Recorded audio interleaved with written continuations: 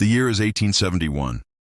In the crowded town square of Binghamton, New York, thousands gather, their breaths sharp against the morning chill. A man, calm, composed, almost regal, ascends the gallows. His name is Edward Rulloff. To some, he is a monster, a murderer whose crimes span decades. To others, he is a mind of staggering brilliance, a man who might have changed the world with his intellect had he not been consumed by darker impulses. Newspapers call him the genius killer, a phrase that will echo long after the rope tightens around his neck. But who was Edward Rulloff, really? Was he a wasted genius, cursed by his own ambition, or simply evil, wearing the mask of intelligence? To answer that question, we must go back nearly 3 decades earlier, to the origins of a boy whose brilliance would grow like a flame, and whose darkness would burn even brighter. Edward H. Rulloff was born in 1821 in St. John, New Brunswick, Canada, into a family of modest means. His father was a farmer, his mother, a woman of quiet resilience who bore the weight of rural hardship. From the very beginning, Edward was different. Where other children struggled with letters, Edward absorbed books like water. His memory was uncanny, his curiosity insatiable. Neighbors whispered of the boy who could recite passages after reading them once, who could dismantle a mechanical tool and rebuild it flawlessly, who seemed to see the world not as it was, but as something to be deciphered and mastered. But alongside this brilliance came arrogance. Even as a child, Edward despised being wrong. When corrected by teachers, he would argue with such ferocity that grown men were left humiliated. He did not just want to learn, he wanted to dominate, to bend knowledge itself to his will. As he grew older, one subject consumed him above all else: language. Rulloff believed that every language, every dialect, was a key to unlocking the secrets of humanity itself. He dreamed of constructing a universal language, a code of thought that could unify the world. It was not a whimsical ambition. He dedicated years to studying Greek, Latin, German, and the languages of indigenous peoples. His notebooks filled with strange diagrams, symbols, and theories. But his obsession made him restless, detached from the simple rhythms of farm life. To his family, Edward seemed destined for greatness, perhaps as a scholar, perhaps as a man of letters. But what they could not see was that behind his sharp eyes burned something colder, a willingness to sacrifice anything and anyone who stood in the way of his brilliance. By the 1840s, Edward had crossed into the United States, settling in upstate New York. He was 20-something. Handsome, with a sharp jaw and piercing gaze, he carried himself like a man above his station, though his pockets were often empty. He worked briefly as a teacher, impressing students and alarming colleagues with his strictness and flashes of cruelty. Yet he could charm when he wanted to. He could present himself as the refined scholar, quoting philosophy with ease. Women noticed him, men respected or feared him. It was here that he met Harriet Shutt, a young woman whose life would forever intertwine with his. Harriet was kind, innocent, and trusting. Edward courted her with eloquent words, painting a picture of a brilliant future together. He promised her a life beyond the fields, a place beside a man destined for greatness. But Harriet's family had doubts. Edward seemed too intense, too secretive, and far too proud. Yet Harriet, blinded by love, or perhaps by his overwhelming charisma, married him in 1845. At first, their life seemed ordinary. They lived near Harriet's family, and Edward took work where he could find it. But behind closed doors, the cracks appeared quickly. Edward's temper was fierce. He demanded obedience, both in thought and in spirit. His obsession with his linguistic work consumed him. Harriet, meanwhile, felt isolated and trapped. Then, in 1846, Harriet vanished. One summer evening, Harriet simply disappeared. No body was found. No witnesses came forward. Edward claimed she had left him, that she had gone away suddenly and without explanation. But few believed him. Harriet was devoted to her family, and her sudden absence struck them as unnatural, even sinister. Suspicion turned immediately toward Edward. But without a body, without evidence, there was no case. And so Harriet's disappearance became a mystery, whispered about in hushed tones across town. For Harriet's family, grief and rage lingered. For Edward, the disappearance was merely a shadow trailing behind him, never quite catching up, but never letting go. It was not Harriet's disappearance that first landed Edward in prison, but theft. He and his brother-in-law were caught stealing goods, and Edward's arrogance in court did him no favors. He was sentenced, his brilliance now caged within prison walls. But Edward was not idle. Behind bars he studied. He taught himself medicine, dissecting texts on anatomy and disease. He continued his linguistic theories, scribbling notes with manic energy. Prisoners and guards alike spoke of the man who seemed less an inmate and more a scholar locked in a cage. Still, his temper and manipulation never ceased. He could charm when it suited him, then lash out with cold cruelty. He seemed incapable of humility, always convinced he was the most intelligent man in any room. When he was finally released, he emerged not chastened, but in the years that followed, Edward drifted from place to place, always carrying his books, always speaking of his great work on language. But wherever he went, suspicion followed. Theft, fraud, and even whispers of violence clung to him. And Harriet? Her fate remained an open wound. Some believed Edward had murdered her in cold blood. Others thought he had hidden her away or abandoned her. Whatever the truth, Edward never confessed. He spoke of her rarely, and when he did, it was with chilling detachment. To the world, Edward Rulloff was a man of contradictions, a scholar and a thief, a teacher and a suspect, a husband and perhaps a murderer. But his story was only beginning. By the mid-1850s, Rulloff's name had spread. Newspapers occasionally mentioned him, always with a mix of awe and suspicion. He was called a criminal philosopher, a man whose intellect seemed wasted on schemes and crime. His obsession with language deepened into mania. He believed that his theories could transform the world, that he alone had unlocked secrets hidden for centuries. But he also believed that the world did not appreciate him, that society was unworthy of his genius. It was this belief that justified, in his own mind, the crimes he committed. If he stole, it was because he deserved resources to fuel his work. If people died, it was because their lives were insignificant compared to his discoveries. The chilling transformation was complete. Edward Rulloff was no longer just a brilliant man with flaws. He was a man who saw himself above morality itself. In the quiet towns of New York, whispers grew louder. A man of brilliance roamed among them. A man who charmed with words but left behind shadows of fear. A wife vanished, crimes piled up, yet the full scope of his darkness remained hidden. The world did not yet know the depths to which Edward Rulloff would sink, the trail of blood he would leave, the terror he would inspire, and the spectacle he would become. For now he was a man living a double life, scholar by day, predator by night. But soon the mask would slip, and the world would see the genius killer in full. By the late 1840s, Edward Rulloff had already carved a reputation both terrifying and fascinating. A vanished wife, a trail of thefts, a prison sentence, and behind it all, a restless mind that refused to accept ordinary life. Some saw him as cursed, others saw him as dangerous. But Edward himself? He saw a man destined for greatness, unfairly shackled by a world too small to understand him, and that conviction that arrogance would set him on a path where every step forward in his intellectual journey was mirrored by a step deeper into darkness. Prison for most men was punishment. For Edward Rulloff, it was an inconvenience. Behind stone walls, he turned confinement into study. Anatomy books, medical texts, linguistic theory, he devoured them all.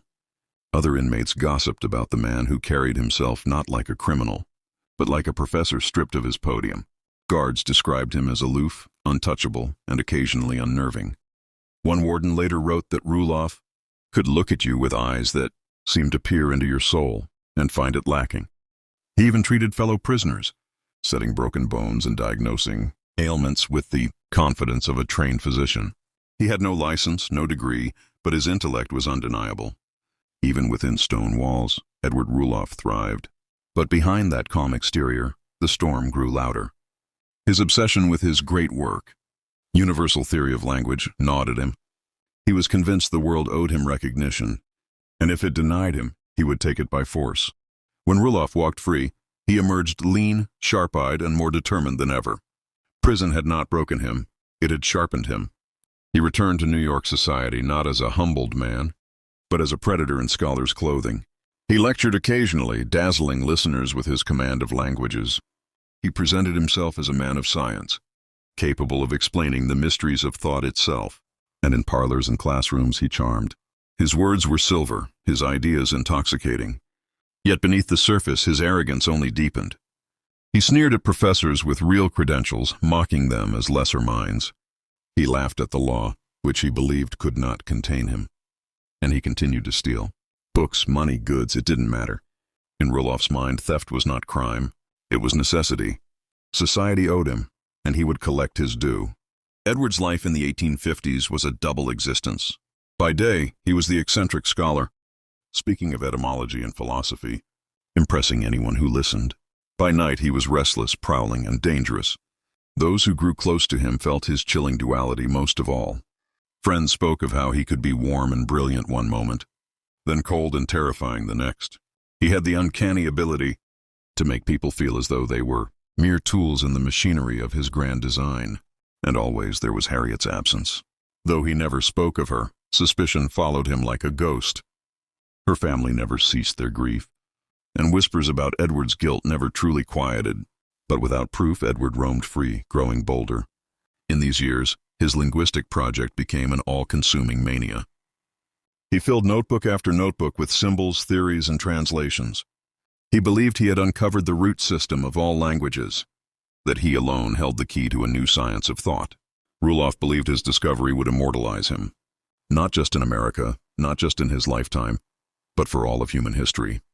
He called it his great work, and he was certain it would outshine Newton and Darwin. But society did not care. Publishers rejected him. Academics dismissed him. His notes, though vast, were incoherent to others, grand ideas lacking the structure to be understood. The more he was ignored, the more his anger festered. To him, the world was blind, and blindness deserved punishment. The thefts escalated. Rulloff recruited accomplices, forming loose gangs of petty criminals who looked to him as their leader. But he was no common thief. His crimes were meticulous, calculated, and when necessary, bloody. When caught, he would defend himself with eloquence, often convincing judges and juries that he was more misguided scholar than hardened criminal. Sometimes he succeeded. Sometimes he did not, but those who crossed him rarely forgot it. Stories spread of his violent temper, of threats spoken in cold tones, of sudden bursts of rage that left others shaken. He carried himself with a terrifying certainty that his life's mission excused any act of cruelty.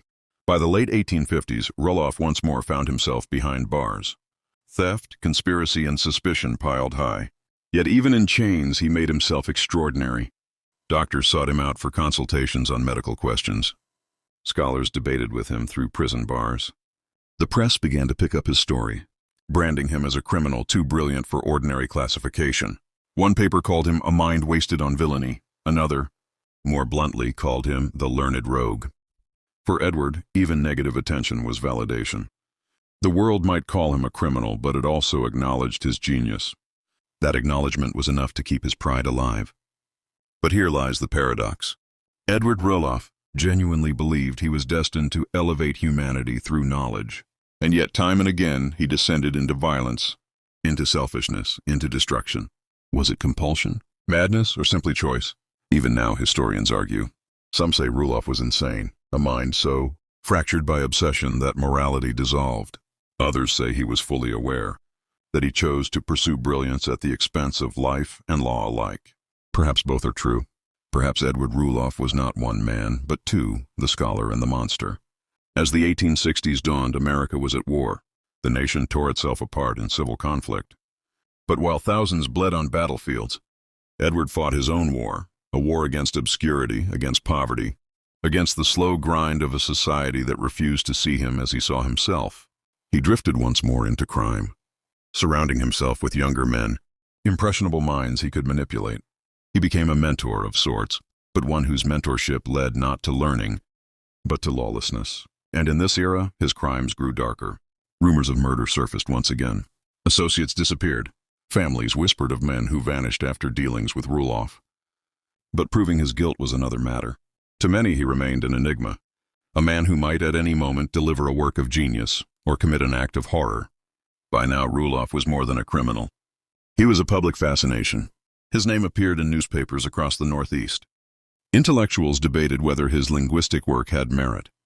Journalists painted him alternately as a villain and as a tragic genius undone by society's neglect. But Edward did not care for their opinions. He wanted recognition, yes, but more than that. He wanted control. He wanted the world not to question him, but to bow before him. And so his schemes grew bolder. By the end of the 1860s, Edward Rulloff stood on the edge of his most infamous act. His brilliance had not saved him. His arrogance had not elevated him. Instead, they had sharpened him into something dangerous, something inevitable. He was no longer just a scholar who dabbled in crime. He was a criminal who wore scholarship like a crown. And soon, in the quiet streets of Binghamton, New York, that crown would drip with blood. The night was coming when Edward Rulloff would forever etch his name into history. Not as a linguist, not as a genius, but as the genius killer. By the late 1860s, the name Edward Rulloff was no longer just a whisper in back rooms or a footnote in the papers. It was a name that stirred fascination, dread, and morbid curiosity. He had survived scandal, suspicion, and prison. He had convinced many that he was not merely a thief, but a thinker of rare caliber. But beneath the mask of scholarship, Rulloff's crimes grew darker, more desperate and more violent.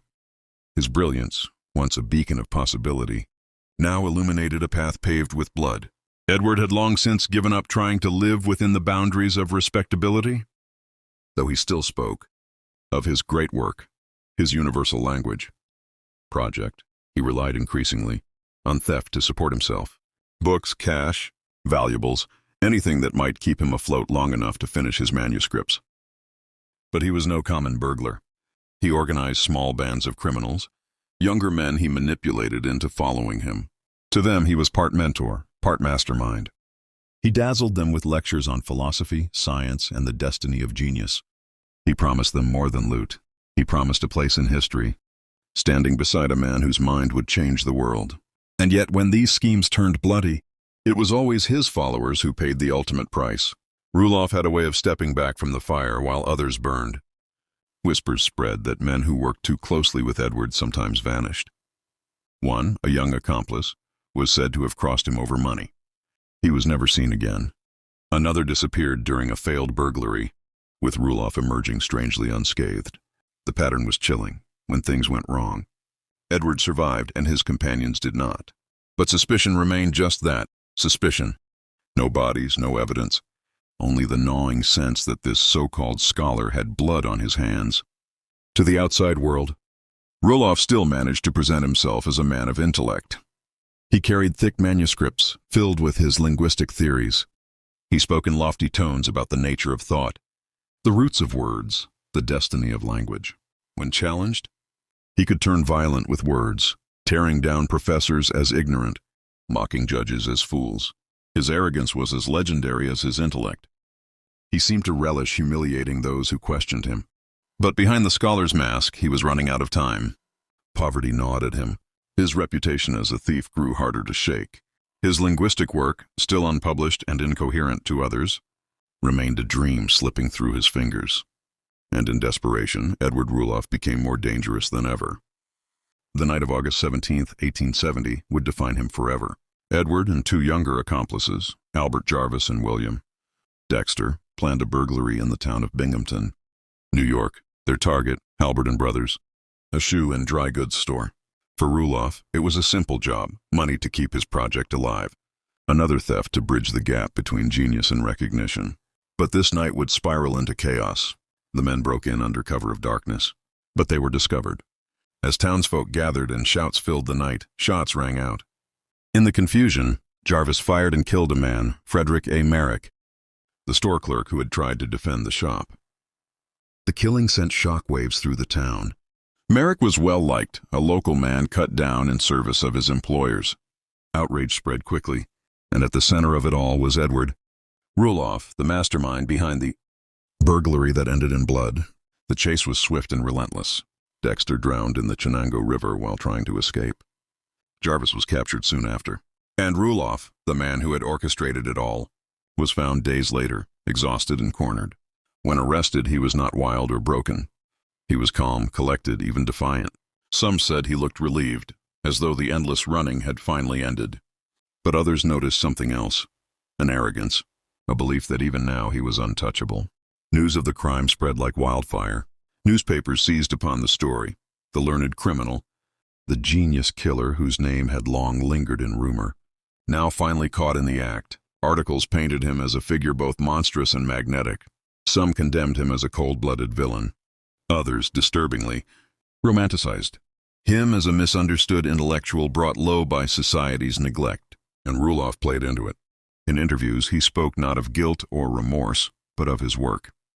He lectured reporters about language and thought. He insisted his discoveries were more important than anything else, even human lives. When asked about Merrick, the slain clerk, Rulloff brushed it aside. One man's death, he argued, was nothing compared to the advancement of human knowledge. It was a chilling glimpse into the mind of a man who had long since divorced intellect from morality. Among Rulloff's belongings, investigators found volumes of notes, thousands of pages of his great work. They were dense, disorganized, filled with linguistic theories and invented symbols. Scholars examined them, baffled and intrigued. Some dismissed the work as incoherent rambling. Others admitted that, within the chaos, there were flashes of brilliance, ideas ahead of their time, seeds of linguistic theories that would not fully bloom until decades later. It was this contradiction, the undeniable genius and the undeniable violence, that cemented Rulloff's place in history. With the blood of Frederick Merrick on his hands, or at least on his plans, Rulloff now faced his greatest stage, the courtroom. It would not simply be a trial of one man for one crime. It would be a trial of an idea. Could intellect excuse evil? Could genius outweigh blood? The press swarmed. The public speculated. And Edward Rulloff, ever the performer, prepared to make his case, not just for his life, but for his legacy. The gallows were already being whispered about. But before the rope, before the final drop, there would be theater. The trial of Edward Rulloff would grip New York like nothing before. A battle not only of evidence and law, but of morality and fascination. The genius killer was no longer a shadow. He was center stage, and as he stood before the world, he was determined not to beg for mercy, but to command respect. The courthouse in Binghamton was overflowing. People squeezed into wooden benches, craning their necks for a glimpse of the man at the center of it all. Reporters jotted furiously in notebooks, knowing every word spoken would become headline material. And there, sitting with unnerving composure, was Edward Rulloff, handsome, refined, confident. Not the face of a common thief, not the face of a monster, but the face of a scholar, of a man who carried himself as though the trial were not his reckoning, but his lecture hall. It was not just a murder trial. It was a public theater where the world would confront a terrifying question. Could a man's genius ever excuse his evil? Rulloff was charged with murder in the first degree. The prosecution claimed he had masterminded the burglary that led to the death of clerk Frederick Merrick, although it was his accomplice, Jarvis, who fired the fatal shot. Under the law, Rulloff bore equal guilt. The courtroom murmured when the indictment was read aloud. Murder meant death. Death meant the gallows. But Edward Rulloff did not flinch. He adjusted his collar, leaned back, and listened with the faintest of smirks, as though the words applied to some lesser man. The state painted him not merely as a thief, but as the architect of murder. Witnesses described the burglary, the shouts, the gunfire, and Merrick's fall to the ground. They spoke of Edward's calmness after capture, his lack of remorse, his refusal even to mention Merrick's name. They spoke of the accomplices who had perished in his schemes, of the trail of suspicion that followed him for decades. The prosecution's narrative was clear. Rulloff was no victim of circumstance. He was the spider at the center of the web, weaving others into crime and letting them die in his place. The defense countered with a bold argument. Edward had not pulled the trigger. The fatal shot was Jarvis's, not his. Could the law truly sentence a man to death for the crime of another? But Edward himself pushed for an even stranger defense. He insisted on bringing his linguistic manuscripts into the trial, arguing that his life's work was of such importance to humanity that to execute him would be a crime against knowledge itself. He told his lawyers, and anyone who would listen, that society had no right to extinguish a mind capable of changing the course of civilization. Throughout the proceedings, Rulloff behaved less like a defendant and more like a lecturer. He corrected lawyers on points of logic. He argued with the judge over interpretations of law. He spoke to the jury as if they were students too dull to grasp his brilliance. One newspaper wrote, "Rulloff holds himself as though the court is beneath him, as though the gallows could no more claim him than could the common plague." His arrogance mesmerized some and disgusted others, but none could look away. For the public, the trial was a war of perception. Was Rulloff a dangerous criminal cloaked in intellectual pretension? Or was he a brilliant scholar condemned for a crime of circumstance? Newspapers fueled the fire, publishing columns with titles like The Genius Killer and The Scholar on Trial for His Life. Readers across New York debated in taverns and drawing rooms. Some called for mercy, others demanded the rope. The trial was no longer just about Edward Rulloff. It was about what society valued more, human life or human intellect. After days of testimony, arguments, and grandstanding, the jury withdrew. Hours later, they returned. The courtroom fell silent as the foreman stood. Guilty of murder in the first degree. Gasps rippled through the crowd. The penalty was death by hanging. And Edward Rulloff? He did not collapse. He did not weep. He simply nodded as though the verdict was another point in an intellectual debate he would one day overturn. The verdict electrified the press. Some celebrated justice for Frederick Merrick, calling it a victory for the common man against the arrogance of false genius. Others lamented the loss of a mind that, however dark, held treasures the world might never see again. Harper's Weekly wrote, "The world is poorer with the death of Edward Rulloff's intellect, yet safer with the death of his body." On death row, Rulloff did not beg for mercy. Instead, he doubled down. He wrote letters insisting his linguistic discoveries were too valuable to be lost. He proposed clemency not for himself, but for his manuscripts. He pleaded with scholars to preserve them, to recognize their worth. But most saw him clearly at last, not as a prophet misunderstood, but as a criminal cloaked in delusion. One reporter wrote afterward, "To sit with Rulloff in his cell was to forget, for a moment, that he was a murderer awaiting the rope." He spoke not of gallows, but of knowledge. He spoke as though he were eternal. As the date approached, May 18, 1871, Edward showed no sign of fear. He ate sparingly, walked with composure, and even joked with guards. On the morning of his execution, he was dressed neatly, his hair combed, his face calm. Crowds filled the streets outside. The courthouse roof and windows overflowed with spectators craning to see. This was not merely an execution. This was a spectacle, one of the last public hangings in New York State. When asked for his final words, Edward's reply was chilling in its composure. "I die a victim of the law." And then, more defiantly, "Hurry it up. I want to be in hell in time for dinner." The crowd gasped. Some laughed nervously. Others shuddered. The black hood was drawn. The noose was fitted. The crowd fell silent, waiting. At the signal, the trapdoor fell. Edward Rulloff dropped, his body jerking, the rope creaking with finality. The executioner had done his work. The man who had lived a life of contradictions, scholar and killer, father and fugitive, prisoner and philosopher, was gone. The crowd erupted in a storm of cheers, jeers, and whispered awe. Some spat in the dirt in triumph. Others walked away quietly, shaken by what they had witnessed. The newspapers the next day carried the headlines in bold type. "Rulloff hanged. The genius killer meets his end." But Edward's death did not silence his story. His brain was preserved, studied by scientists, who declared it one of the largest and most remarkable they had ever examined. His manuscripts, though incomplete, were debated in academic circles, some dismissing them, others wondering if they held fragments of genius. His name lived on in whispers and headlines, in taverns and universities. To some, he remained a monster, a man who used brilliance as a mask for cruelty. To others, he was a tragic figure, proof that genius and madness could dwell in the same soul. And to history, he became something else entirely, a question that could never be answered. Was Edward Rulloff proof that brilliance can excuse nothing? Or was he proof that society destroys the very minds that might have changed it? The rope had silenced him. The body was gone.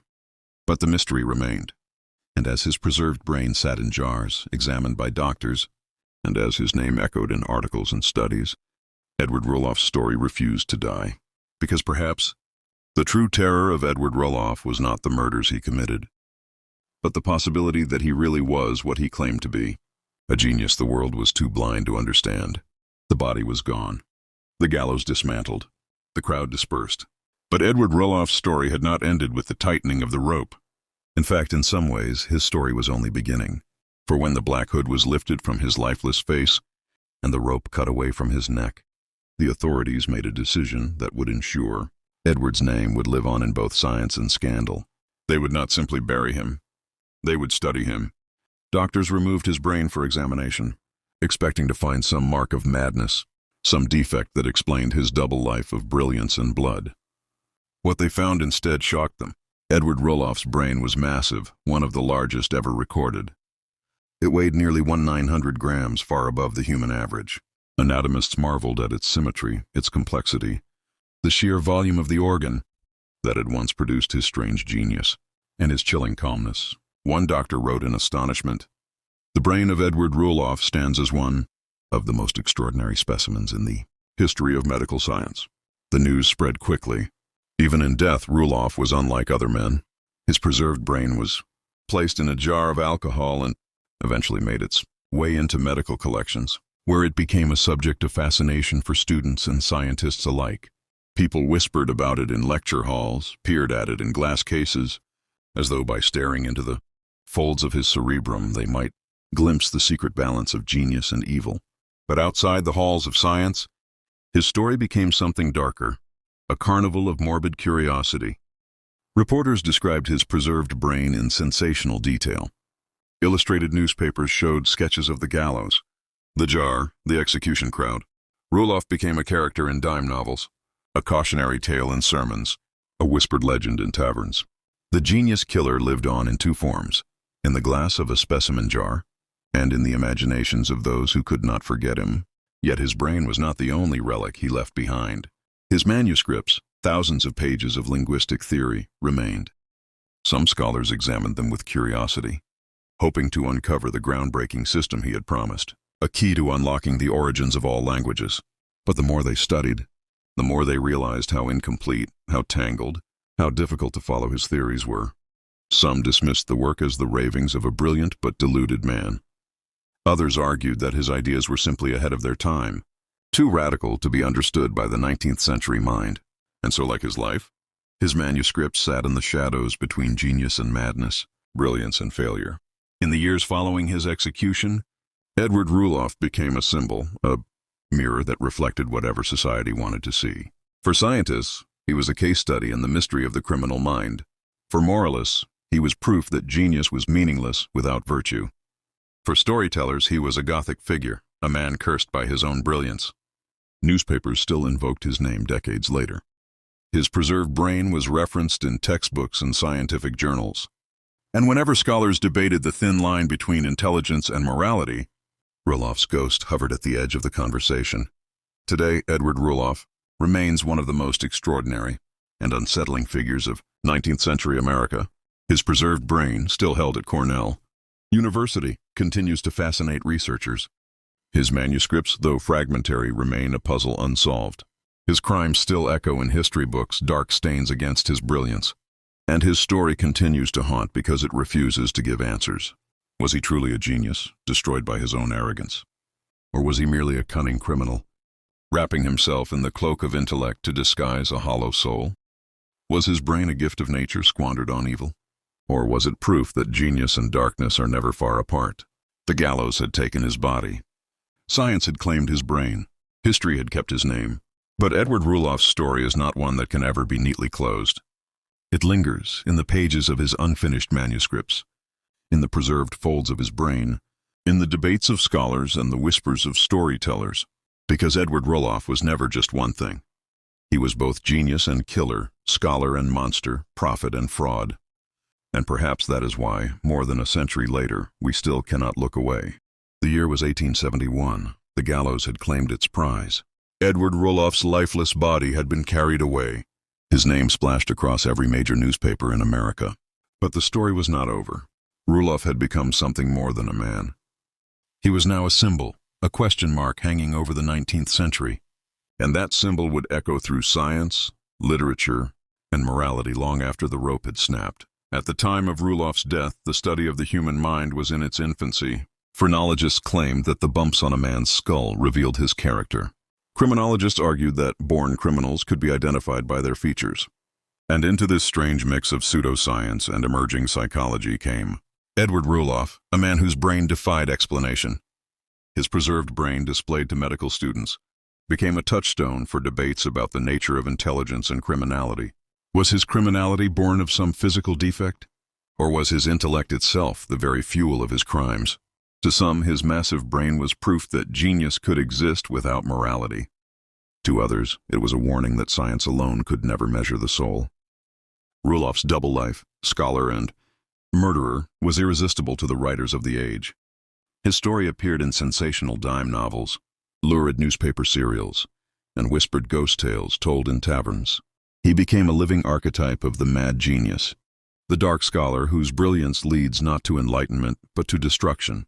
Writers compared him to Faust, who sold his soul for knowledge, and to Milton's Satan, majestic in intellect yet damned in pride. One novelist described him as a man whose brain was a cathedral and whose heart was a dungeon.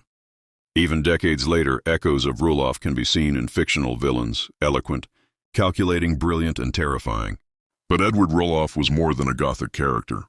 He became a point of moral debate. In churches, preachers invoked his name as a warning. That intellect without faith was a road to damnation. In universities, professors cited him as a tragic example of wasted potential. In newspapers, columnists wondered whether society had failed him, or whether he had failed society.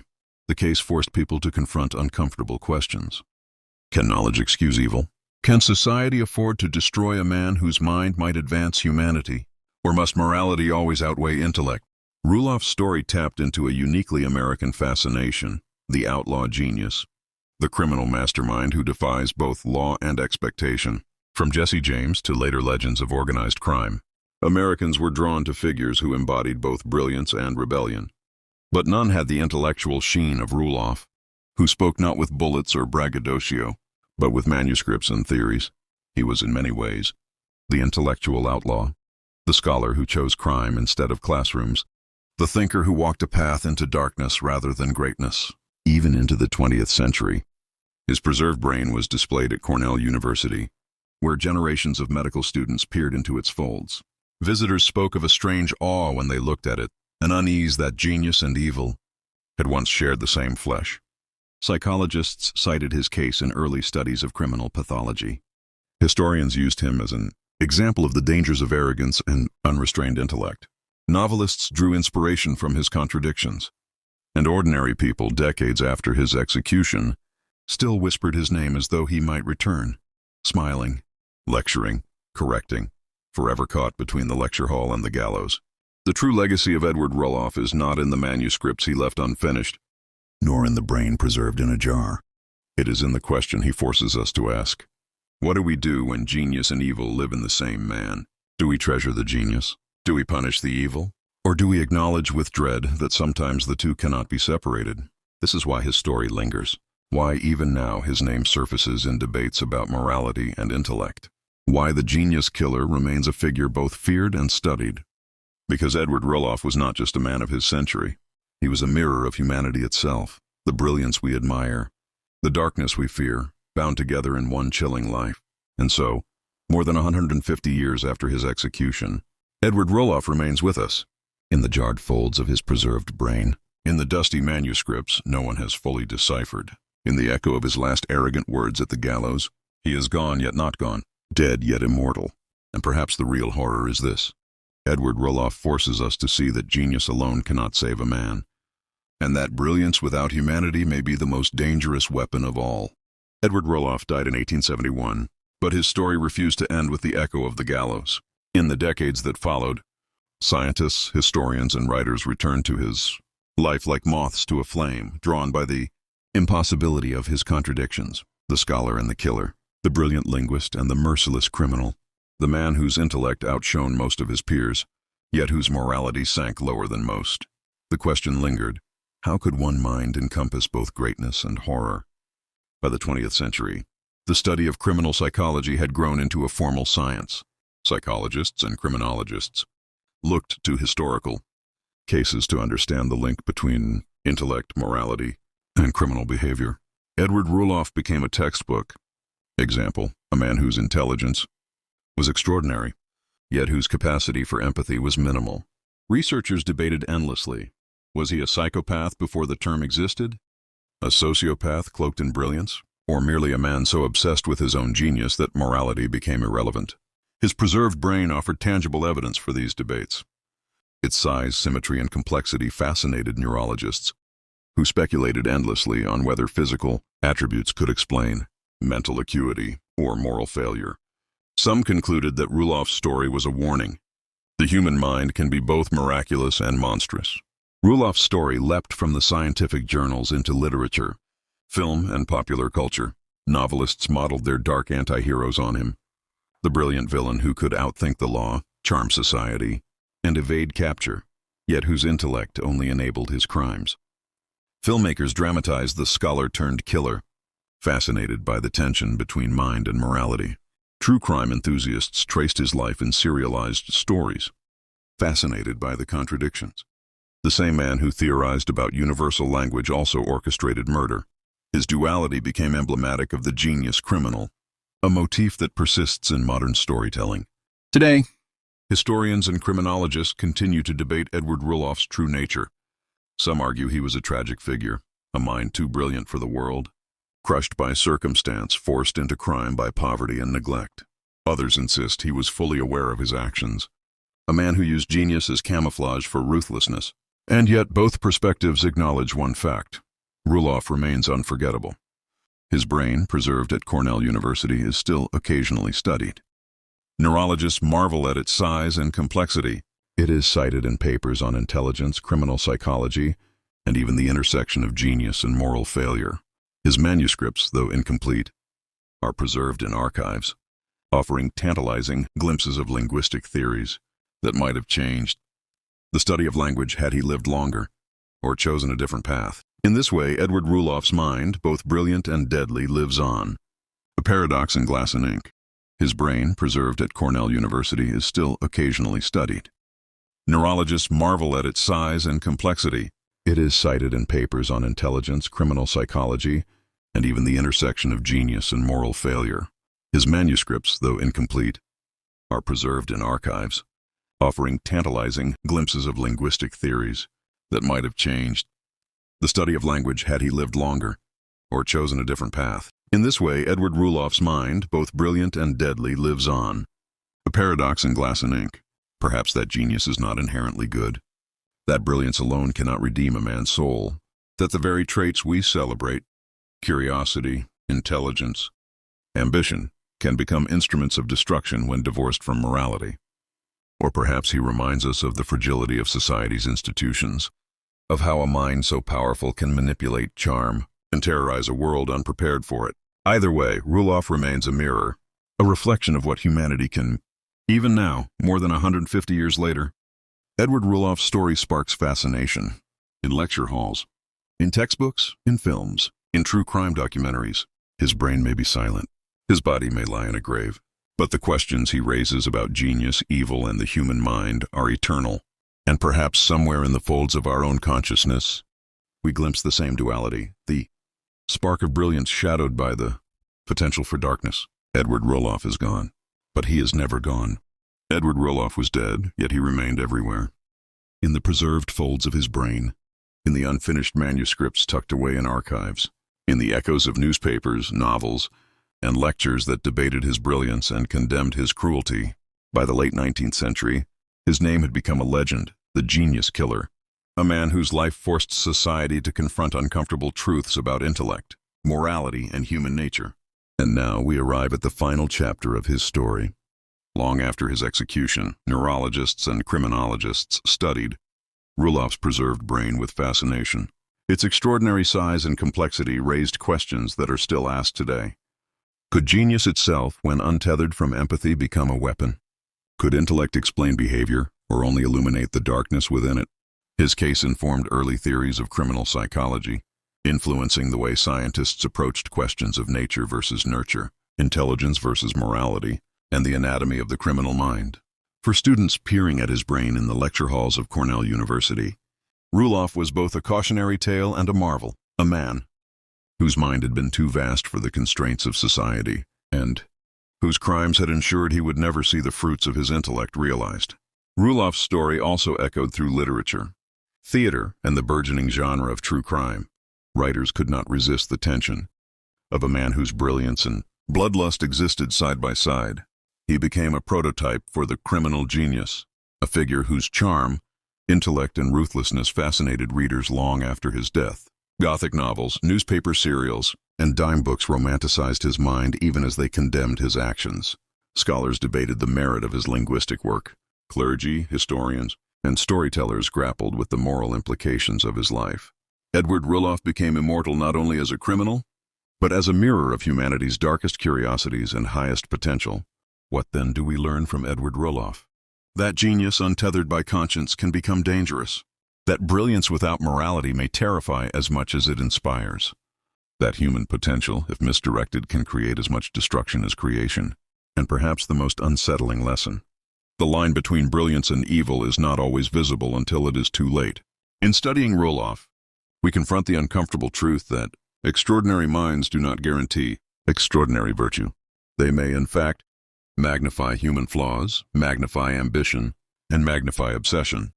Even today, more than 150 years after his death, Rulloff continues to fascinate true crime enthusiasts, historians and psychologists alike. His preserved brain, his manuscripts, and the legend of his crimes endure as symbols of human contradiction.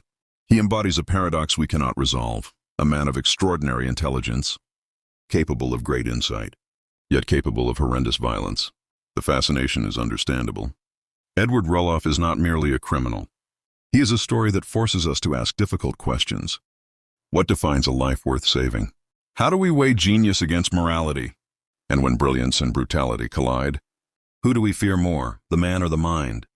Edward Rulloff died on May 18, 1871. His body was gone, yet he was everywhere, in glass, in ink, in history, and in our imagination. He was a father and a fugitive, a scholar and a killer, a man whose intellect outshone the ordinary, yet whose crimes ensured he would never achieve greatness in the traditional sense. And perhaps that is the enduring truth of his life. Edward Rulloff was never simply a villain, nor simply a genius. He was a human being, in all the contradictions that word implies, capable of creation and destruction, brilliance and horror, insight and cruelty. His story leaves us unsettled because it is incomplete. His manuscripts remain unread in part, his brain preserved as a relic, his life a warning, a puzzle, a question that refuses to die. And in the end, we are left to confront what history cannot fully answer. Can a man's mind be extraordinary if his heart is not? Can brilliance ever outweigh blood? Edward Rulloff, the genius killer, remains both a historical fact and a haunting question. The rope has long since vanished. The courtroom is empty. The prison walls have crumbled. But the story of Edward Rulloff endures. His life, his mind, and his crimes continue to challenge us, terrify us, and fascinate us. He was genius and monster, scholar and killer, and in that terrifying combination, he left an imprint on history that will never fade. Edward Rulloff is gone, but the questions he raised are eternal. The genius killer lives on, not in body, but in the shadow of his mind. The end.